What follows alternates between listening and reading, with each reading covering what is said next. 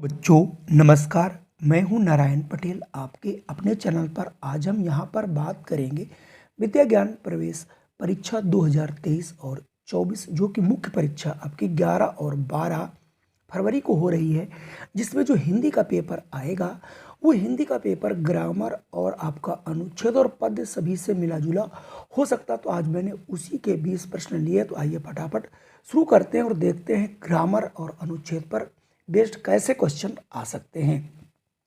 सबसे पहला प्रश्न आपका यहाँ से ग्रामर का ही है। भाषा की सबसे छोटी इकाई क्या है? वर्ण, अक्षर, शब्द या फिर वाक्य? वैसे तो ध्वनि की जो है सबसे छोटी जो इकाई होती है उसको हम लोग कहते हैं ध्वनि। ठीक है, भाषा की सबसे छोटी इकाई को ध्वनि कहते हैं और ध्वनि को ही कहा जाता है बच्चों वर्ण। तो इसलिए यहाँ पर आपका ऑप्शन हो जाएगा ए। अगर ध्वनि आता है तब भी आप इसे सही करिएगा। अगला प्रश्न है 2। अनुभव शब्द में उपसर्ग। उपसर्ग क्या होता है? जो पहले लगता है। तो देखिए यहाँ अनु और भव से मिलकर के बना है, तो यहाँ पर जो उपसर्ग होगा वो अनु होगा। भव हो नहीं सकता, नु हो ही नहीं सकता, अब हो नहीं सकता। अगला तीसरा काफी आसान प्रश्न है। रोटी का बहुवचन क्या होगा? तो रोटी का जो बहुवचन है वो बच्चों रोटियां होता है, तीसरा वाला यानी सी वाला सही होगा।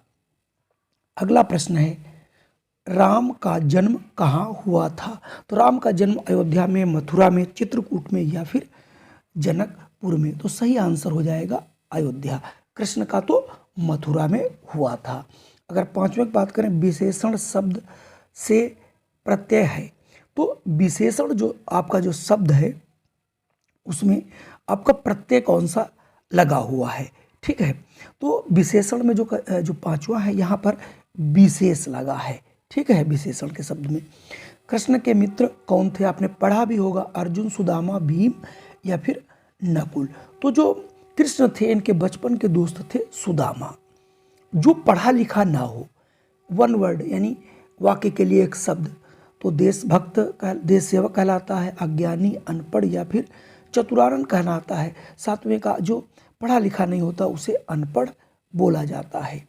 कृष्ण का पालन पोषण हुआ था, तो कृष्ण का पालन पोषण कहाँ हुआ था?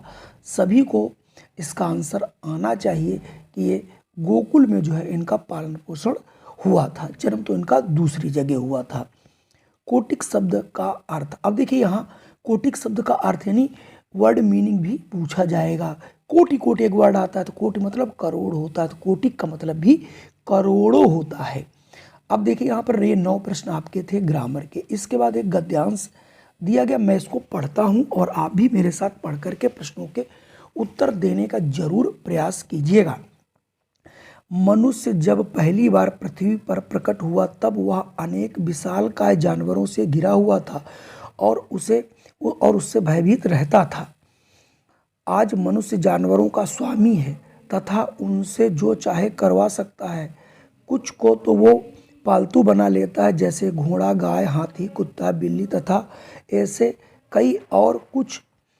कुछ को तो वो खाता है और सिंह तथा शेर जैसे कुछ जानवरों को अपने आनंद के लिए शिकार करता है। किंतु उन दिनों में मनुष्य स्वामी नहीं था, वो तो बेचारा स्वयं ही एक सताया हुआ जीव था और अपने आप को विशाल जानवरों से दूर रखने का प्रयत्न करता रहता था। धीरे धीरे उसने अपना विकास किया और उत्तरोत्तर शक्तिशाली बनता गया, परंतु शारीरिक बल के दम पर नहीं, क्योंकि हाथी उससे कहीं अधिक बलवान था।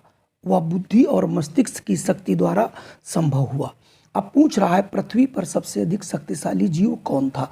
अभी अभी आया कि वहाँ पर हाथी था, तो हाथी है, घोड़ा है, शेर है, चीता, इनका तो प्रयोग हुआ है, लेकिन यहाँ पर आपने देखा भी हाथी की बात करी गई तो हाथी हो जाएगा। मानव सब जगह शासन करता है, क्यों? तो क्यों करता है उसका भी आंसर आपको पहले दिया गया। वो अधिक शक्तिशाली, वो अधिक बुद्धिमान है, वो हथियार रखता, वो धनवान है। तो 11वां उसमें पहले उसने बताया था मनुष्य जो अपनी बुद्धि से जो है उसका विकास हुआ, जिसके कारण वह सभी पर मतलब स्वामित्व रखता है। आजकल मनुष्य ने विकास किया है उत्पादन का, हथियारों का, मोटर गाड़ियों का और बुद्धि का। तो इसे उसने बुद्धि का अपना विकास किया हुआ है। मनुष्य की उत्पत्ति हुई है? पृथ्वी पर, आकाश में, चंद्रमा पर, जंगल में? इसमें बताने की जरूरत ही नहीं है, पृथ्वी पर हुई है। अगला 14, मनुष्य किससे भयभीत रहता था? यानी उस समय जब मानव प्रकट हुआ उस समय जानवरों से, बंदरों से, शेरों से? उसने कहा था कि जानवरों से भयभीत रहता था, खुद ही बेचारा था। अब देखिए आगे फिर कुछ प्रश्न आपके मिलेंगे ग्रामर के। मित्रता शब्द किस संज्ञा शब्द का भाववाचक रूप है? तो 15 में आपको बताना भाववाचक। तो ये भाववाचक क्या है? ये गुणवाचक है, ठीक, उसका गुण है गुणवाचक। योग रूढ़ शब्द है, यानी योग रूढ़ शब्द इसमें कौन सा है? इसमें योग रूढ़ पीताम्बर है, रसोई घर, सफलता, ये नहीं है, गिरधारी जो है यहाँ पर। अब ये योग रूढ़ शब्द क्या होते हैं, इनकी परिभाषा आप जरूर पढ़िए, क्योंकि बताएंगे तो बहुत आपको ज़्यादा टाइम लग जाएगा। तत्सम शब्द का चयन कीजिए। तत्सम आपको बताना है 17 में। दूध है, चांद है, क्षेत्र है, खेत है। तद्भव जो बिगड़ गया है, तत्सम जो जैसा था, तो यहाँ पर क्षेत्र है। अगला, निम्नलिखित में से कौन सा शब्द तद्भव है, बिगड़ा हुआ रूप है, वो आपको यहाँ पर बताना है। चंद्र है, दुर्ग है, अग्नि, ये तो सब आपके तत्सम है। ये भी, ये भी, ये भी। तो जो ऊंट है ये आपका तद्भव है, उष्ट्र होता है इसका, ठीक है। तो यहाँ से ऑप्शन डी सही होगा। अगर मैं अगले प्रश्न की बात करूं, निम्नलिखित शब्द में कौन सा देशज शब्द है? तो देशज शब्द क्या होते हैं, उनको आपको पढ़ना है, यानी जो देशज आए और बन गए।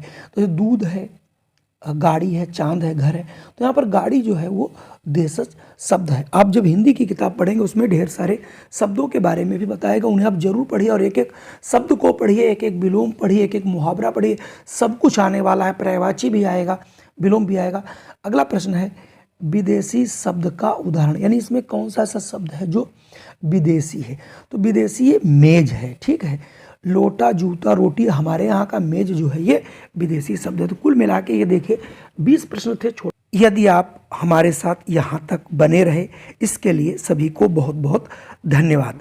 आपने अभी ये 20 प्रश्न किए और आपको ये अंदाज़ा लग गया होगा कि आपके कितने प्रश्न सही हैं।